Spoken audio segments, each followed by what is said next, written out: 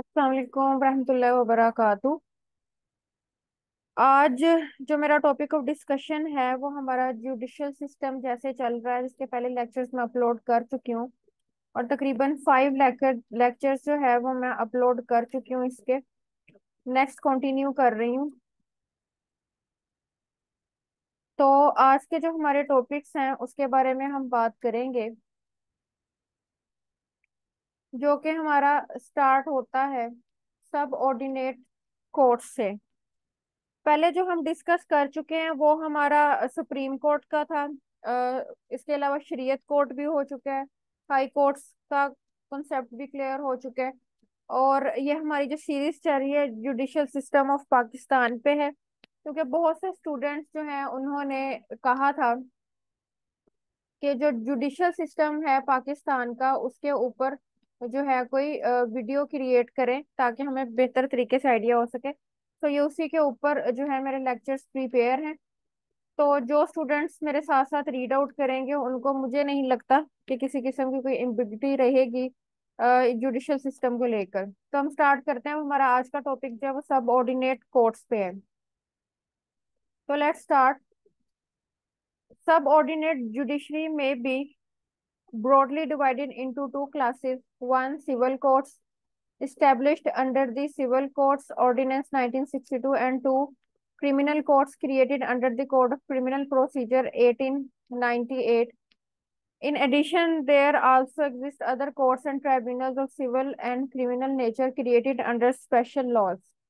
Their jurisdiction, powers, and functions are specified in the statutes creating them.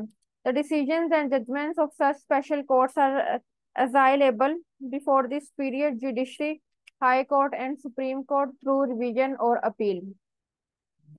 अब एक गुर है जो मैं आप लोगों को बताऊंगी कि यही हमारे टॉपिक्स होते हैं जिसके अंदर से आप कई पॉइंट्स जो है वो निकाल सकते हैं। अब सबसे पहले जो हमसे पूछा जाता है कि आपको अब आप हमें बताएं कि जी कानून के कितने फील्ड्स होते हैं, तो मोस्टली लॉयर्स कहते हैं सिविल होता है, क्रिमिनल होता है। उनकी बात बिल्कुल ठीक है। ठीक है, यहाँ पे भी यही चीज बताई गई है कि हमारी जो सब ऑर्डिनेट जुडिशरी है वो दो पहलुओं में डिवाइडेड है। एक होते हैं सिविल कोर्ट्स, दूसरे होते हैं क्रिमिनल। नेक्स्ट पॉइंट हमारा है कि सिविल कोर्ट्स जो हैं वो किस ऑर्डिनेंस के तहत स्टेब्लिश हुई, तो हमने बताना है 1962 के तहत, यानी कि 1962 का एक्ट जो कि सदर अयूब खान का दौर था तब जो है उस ऑर्डिनेंस के तहत कायम हुई। अब हम बात करें क्रिमिनल कोर्ट्स की, तो आपने वो कहना है कि जी वो कोड ऑफ क्रिमिनल प्रोसीजर के तहत कायम हुई, जिस तरह की ये देखिए हमारे सामने ये आ रहा है 1898 के तहत। अब ये तो हो गया सिविल और क्रिमिनल। इसके अलावा भी हमारे पास कुछ काइंड्स होती हैं कोर्ट्स की, जिसको हम tribunals of civil and criminal nature के मामलात कहते हैं। इसके लिए भी ट्राइब्यूनल्स और स्पेसिफिक कोर्ट्स मौजूद होती हैं। अब थोड़ी बात कर लेते हैं इसके जुरिस्डिक्शन की, पावर्स और फंक्शंस की, कि हमें इन कोर्ट्स के जो जुरिस्डिक्शन, पावर्स और फंक्शंस कहाँ पे मिलते हैं। तो बकायदा तौर पर इनके क्या क्रिएट होते हैं, स्टैट्यूट्स क्रिएट होते हैं, उसके अंदर ऑल थिंग्स बयान की गई होती हैं। और नेक्स्ट हमारा पॉइंट आता है कि ये जो हमारे डिसीजन या जजमेंट सबऑर्डिनेट कोर्ट्स की तरफ से आते हैं, इनका स्टेटस क्या है। तो इनका स्टेटस है अजाइलेबल। अजाइलेबल का मतलब होता है अटैक करना किसी चीज पे। वैसे इसे हम जो कहते हैं वो ये कह सकते हैं कि अनडिफेंडेड, डिफेंसलेस। ठीक है। इसके अलावा इंडेंजर्ड और एक्सपोज, यानी कि इन्होंने जो भी कोई जजमेंट या डिसीजन देना है हमारी सब ऑर्डिनेट कोर्ट्स ने, वो लास्ट नहीं है। अगर कोई पार्टी एग्री नहीं है उन फैसले से तो उसके पास इख्तियार है कि वो अपील या रिवीजन की रेमेडी इख्तियार करते हुए हाई कोर्ट और सुप्रीम कोर्ट का दरवाजा खटखटा सकती है। तो ये एक मोस्ट इम्पोर्टेंट जो है हमारा टॉपिक था। इसको अंदर से आपको खुद भी चाहिए कि पॉइंट्स बनाएं और एक बार जैसे मैं रीड आउट कर रही हूँ इसको लिख लें। अच्छा जी, अब हमारा नेक्स्ट टॉपिक है the provisional government fund the justice sector. The civil and criminal courts, judges and their terms and conditions are regulated under the provisional rules। अब यहाँ तक हमें रुकते हैं, मैं साथ साथ आपको बताई जाती हूँ। अगर हमसे ये पूछा जाए कि जो हमारी सब ऑर्डिनेट कोर्ट्स हैं, क्योंकि हम सब ऑर्डिनेट कोर्ट्स के बारे में पढ़ रहे हैं, कि इनकी फंडिंग कौन करता है, तो भाई फंडिंग करना इसका प्रोविजनल गवर्नमेंट का काम है। इसको कहा जाता है जस्टिस सेक्टर। और इसके अलावा उनकी फंडिंग करना, और जजेस जो उसकी मतलब है सिविल या क्रिमिनल जजेस हैं, ठीक है, उनकी सर्विसेज से रिलेटेड जो टर्म्स एंड कंडीशंस हैं उसके बारे में भी रूल्स तैयार करना सूबाई हुकूमत की जिम्मेदारी है। अब ये तो हो गए फंडिंग के लिहाज से। तो अब हाई कोर्ट फिर क्या करती है, इसमें सबऑर्डिनेट कोर्ट्स की निगरानी तो वो भी करती है ना, तो उसका क्या ताल्लुक है यहाँ पे। The high court how ever exercises administrative control. अब ये बहुत इंपॉर्टेंट वर्ड है, इसको यहाँ पे नोटिस कर लें ताकि आप कहीं भी यूज कर सकें, हर जगह यही यूज होगा। Over such court, the civil courts consist of district जज, एडिशनल डिस्ट्रिक्ट जज, सिविल जज और सिविल जज क्लास 1, 2 और 3। अब आपसे क्वेश्चन नेक्स्ट बनता है कि सिविल कोर्ट्स की जो जुडिशरी है उसके जरा लेवल्स बताएं। तो आपको पता होना चाहिए कि जो सिविल कोर्ट्स हैं वो किस पे कंसिस्ट करती है। हमारा एक डिस्ट्रिक्ट जज होता है, एडिशनल डिस्ट्रिक्ट जज होता है, सीनियर सिविल जज होता है, सिविल जज, और फिर सिविल जज की क्लासेस हो जाती हैं 1, 2, 3। इसी तरह similarly the criminal criminal courts comprises, इसके अलावा जो हमारी क्रिमिनल कोर्ट्स होती हैं, ठीक है, वो किस तरह से कंप्राइज करती हैं जी, सेशन जज पे, एडिशनल सेशन जज पे और जुडिशियल मजिस्ट्रेट क्लास 1, 2 एंड 3। अब इन दोनों में फर्क ये है कि सीनियर का जो वर्ड यूज हो रहा है वो सिर्फ सिविल केसेस में है, सिविल के फील्ड में, जबकि क्रिमिनल में एडिशनल सेशन जज के बाद दो सिविल के लेवल का जो हमारा है जज मजिस्ट्रेट में, उसे जुडिशियल मजिस्ट्रेट कहते हैं। और फिर उसकी क्लासेस हो जाती हैं 1, 2, 3। Law fixes their pecuniary and territorial jurisdictions. Appeal against the decision of civil court lies to district जज and to the high court. अब हमसे ये पूछा जाए कि जो सिविल कोर्ट्स हैं, ठीक है, उसकी प्यूकिनरी और टेरिटोरियल jurisdiction जो है उसके अगेंस्ट के ये जो फिक्स कौन करता है, ठीक है, इसकी टेरिटोरियल और प्यूकिनरी jurisdiction, तो इसके बाकायदा तौर पर लॉज मौजूद हैं। फिर इसके अलावा appeal against the decision of civil court lies. Question है कि अगर हम सिविल कोर्ट के फैसले से मुत्तफिक नहीं, या हमें उससे कोई तकलीफ हुई है और हम उसके अगेंस्ट जाना चाह रहे हैं, तो हम कहाँ जाएंगे। तो आपको पता होना चाहिए कि सिविल कोर्ट के अगेंस्ट आप कहाँ पर जाएंगे। आप जाएंगे डिस्ट्रिक्ट कोर्ट और हाई कोर्ट। ये देखिए, ये जहाँ पे मैंने हाईलाइट किया है, ये दो अदालतें हैं आपके पास, ठीक है। सिविल कोर्ट के अगेंस्ट आपने कहाँ पे जाना है, district court and high court. उसके अलावा एक तो ये चीज मद्देनजर रखी जाती है, दूसरी value of cases matters a lot, क्योंकि इसके तहत भी अदालतों की जुरिस्डिक्शन का तयन होता है। दावा की मालियत, बाकायदा तौर पर स्केड्यूल्स हमारे पास मौजूद होते हैं, ठीक है, उस लिहाज से केस दायर किए जाते हैं। अगर वो सबऑर्डिनेट कोर्ट से उसकी जो जुरिस्डिक्शन है, जो इसकी पिक्यूनरी जुरिस्डिक्शन है, उससे आप हो जाए, तो वो मामला कहाँ पे चला जाता है, हाई कोर्ट के अंदर। तो ये एक पैरा था और इसके अंदर आप यकीन जाने कि इतनी चीजें थी, अगर आप इसके पॉइंट्स बना लें तो बहुत सी चीजें आपको जो है वो क्लियर हो जाएंगी हमेशा हमेशा के लिए। अच्छा जी, उसके बाद हम नेक्स्ट टॉपिक पे चलते हैं। वो है हमारा स्पेशल कोर्ट्स और एडमिनिस्ट्रेटिव ट्राइब्यूनल। जिस तरह कि हमने ऊपर पढ़ा, हमने ये बात कही कि सिविल और क्रिमिनल तो हमारे जुबान जद्दे आम है, ठीक है, लेकिन कुछ और तरह की भी कोर्ट्स होती हैं जिसको हम स्पेशल कोर्ट्स या एडमिनिस्ट्रेटिव ट्राइब्यूनल्स कहते हैं। तो उनकी क्या कहानी है, तो यही कहानी यहाँ पे मैं आपको बताऊंगी कि किस तरह से कायम होती हैं, इनका क्या है, इनके नेम कौन से हैं और क्या क्या इनके प्रोसीजर्स हो सकते हैं।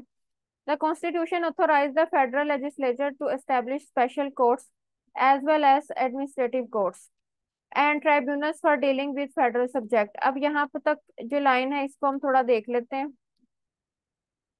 ये देखें, इसके अंदर जो बात बताई है वो ये कह रहे हैं कि जो हमारी कॉन्स्टिट्यूशन है उसने ऑथोराइज किया है हमारी मरकजी लेजिस्लेचर, यानी कि जो हमारा पार्लियामेंट है उसे कहा है कि वो क्या कायम करे, कवानीन ऐसे बनाए कि जिसके अंदर स्पेशल कोर्ट्स और एडमिनिस्ट्रेटिव कोर्ट्स, इसके अलावा ट्राइब्यूनल्स जो कि फेडरल यानी कि मरकजी हुकूमत के डिफरेंट जो मामलात हैं उसको डील करे। Consequently, Natija, several special courts tribunals have been created which operate under the administrative control of federal government। तो वो कहते हैं इसी के तौर पर नतीजतन फिर कुछ इस तरह के स्पेशल कोर्ट्स, ट्राइब्यूनल और एडमिनिस्ट्रेटिव कोर्ट्स ऐड की गई थी, बनाई गई हैं, जो कि किसके कंट्रोल से चलती हैं, जो कि चलती हैं फेडरल गवर्नमेंट के कंट्रोल से, ये देखें। ठीक है, control of the federal government. अब चलते हैं, most of these courts functions under the ministry of law and justice. अब ये ministry of law and justice आपको पता होना चाहिए कि जो हमारा मतलब इंसाफ का वजीर है, ठीक है, उसका पूरा ये एक डिपार्टमेंट है। इसकी बकायदा तौर पर एक वेबसाइट भी मौजूद है। और कोशिश करें कि इस लेक्चर को यहाँ से नोट कर लें कि जब आप वेबसाइट जरूर विजिट करके आए, तो उस पर बहुत सी चीजें और आपको आइडिया होगा किस तरह से स्टैब्लिश की गई है। होwever ताहम certain courts also operate under other ministries and department। इसके अलावा उन्होंने बताया कि इसके अलावा भी जो कुछ मिनिस्ट्रीज और डिपार्टमेंट है वो भी कोर्ट्स वगैरह को जो है वो देखते हैं। सच कोर्ट्स ट्राइब्यूनल्स इंक्लूड। अब जरा इसको पेंसिल कॉपी लेके जरा ऐड कर लें, लिख लें, नोट कर लें, आपके लिए आसानी रहेगी। बाद में भी तो आपने लिखना ही है, या कहीं ना कहीं से सर्च करने की कोशिश करेंगे स्पेशल कोर्ट्स कौन सी होती हैं। तो अभी ही यहाँ पर नोट कर लें ताकि आपके लिए आसानी रहे। स्पेशल कोर्स के अंदर जिस तरह से अब एग्जांपल्स चल रही हैं, ये मैंने हाईलाइट भी किया और कर्सर भी आपको गाइड करता जाएगा ताकि आपकी नजरों से ओझल ना हो। कंट्रोल ऑफ नारकोटिक सब्सटेंसेस, ठीक है। स्पेशल आ गया बैंकिंग कोर्ट्स, जिसमें रिकवरी ऑफ लोन से रिलेटेड होती हैं। फिर स्पेशल कोर्ट्स ऑफेंसेस इन बैंक, ठीक है। अब ये जो हमारा मामला है ना, रिकवरी ऑफ लोन्स का, ये सिविल के लिहाज से आ गया।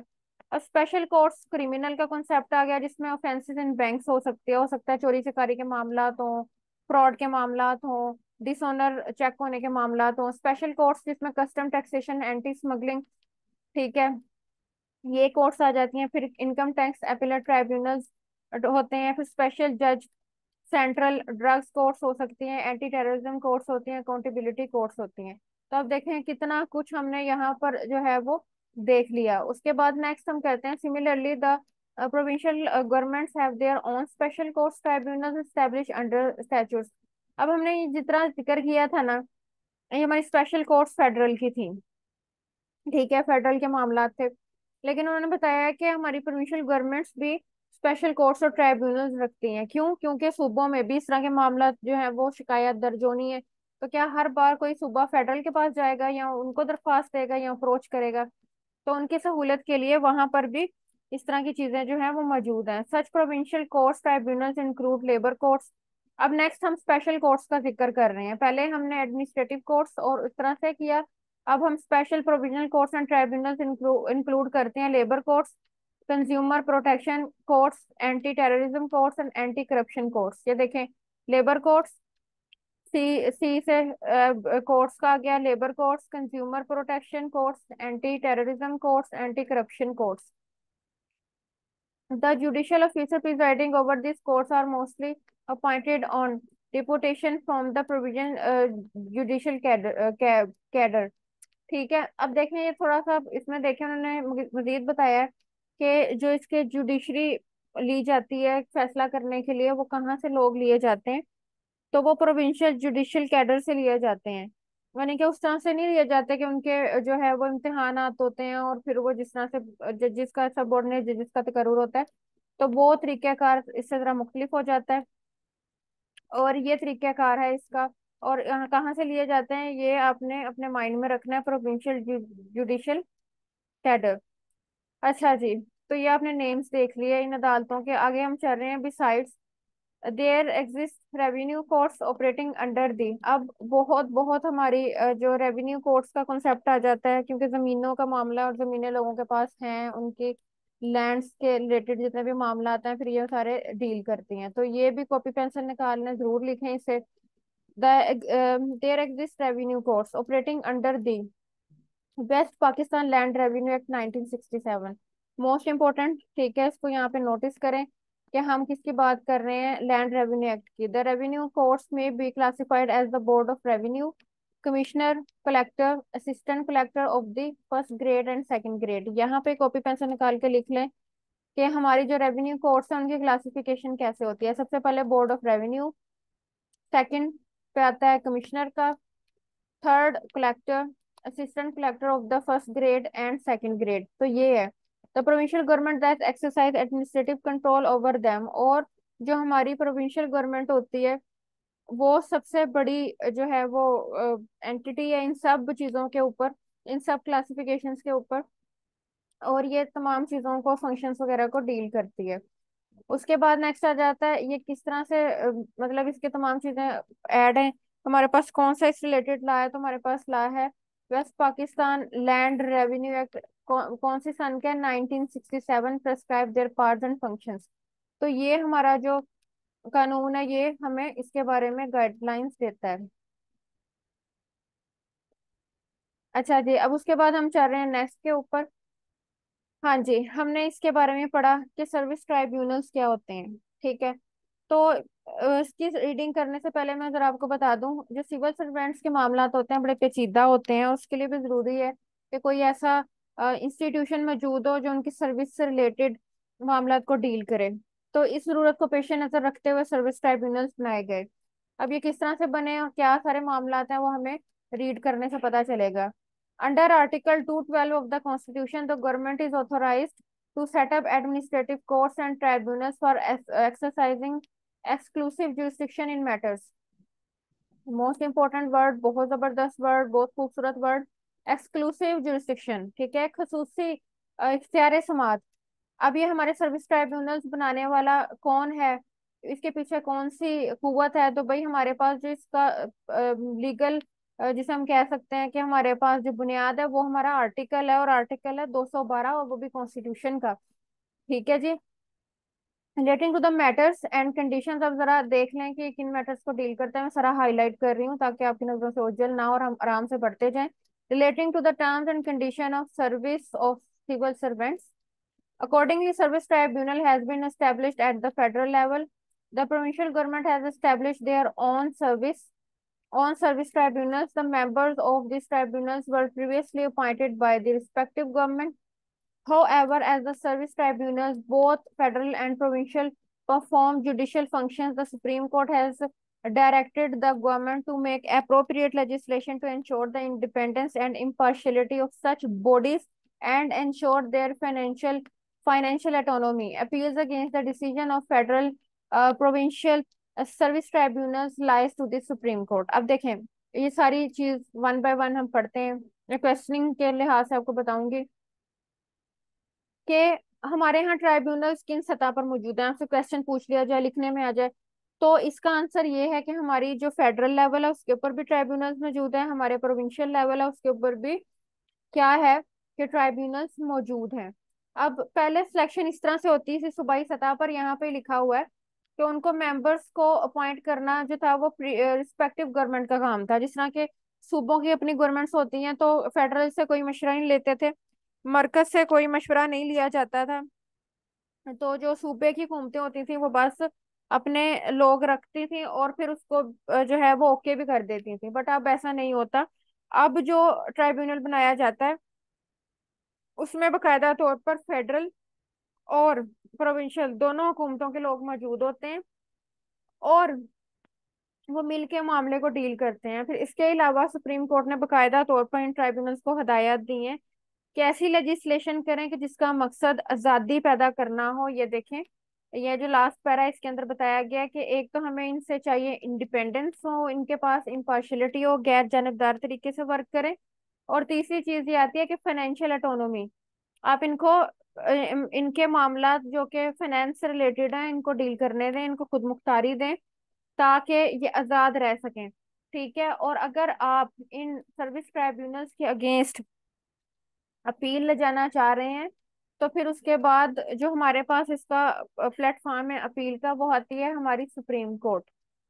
तो ये आज का सारा हमारा जो था वो टॉपिक था जो कि हमने पढ़ा, ये आपके बिल्कुल सामने है। ठीक है, जिसके अंदर हमने बात की कि सब ऑर्डिनेट कोर्ट्स क्या होती हैं, उसका मैंने आपको बताया। फिर उसके बाद हम नेक्स्ट चले गए जिसमें हमने स्पेशल कोर्ट्स यानी कि सब ऑर्डिनेट कोर्ट्स कहाँ किस में मजीद तकसीम हुई। ठीक है, वो special courts and administrative tribunals में होगी। फिर उसके बाद जो हमारा था मैंने बताया सर्विस ट्राइब्यूनल्स के बारे में। तो इंशाल्लाह नेक्स्ट लेक्चर जो मेरा होगा वो बाकायदा तौर पर एक प्रोसीजरल लॉ, जिसके अंदर हम सिविल लॉ और जो हमारा क्रिमिनल है उन दोनों के प्रोसीजरल लॉस के ऊपर जो है वो बहस करेंगे। होप्स हो कि आपको वीडियो जो है वो अच्छी लगी होगी। इंशाल्लाह नेक्स्ट पे इस तरह से हम अपना ये जो एक बुक है उसको कंप्लीट कर लेंगे। तो अस्सलाम वालेकुम रहमतुल्लाहि व बरकातहू।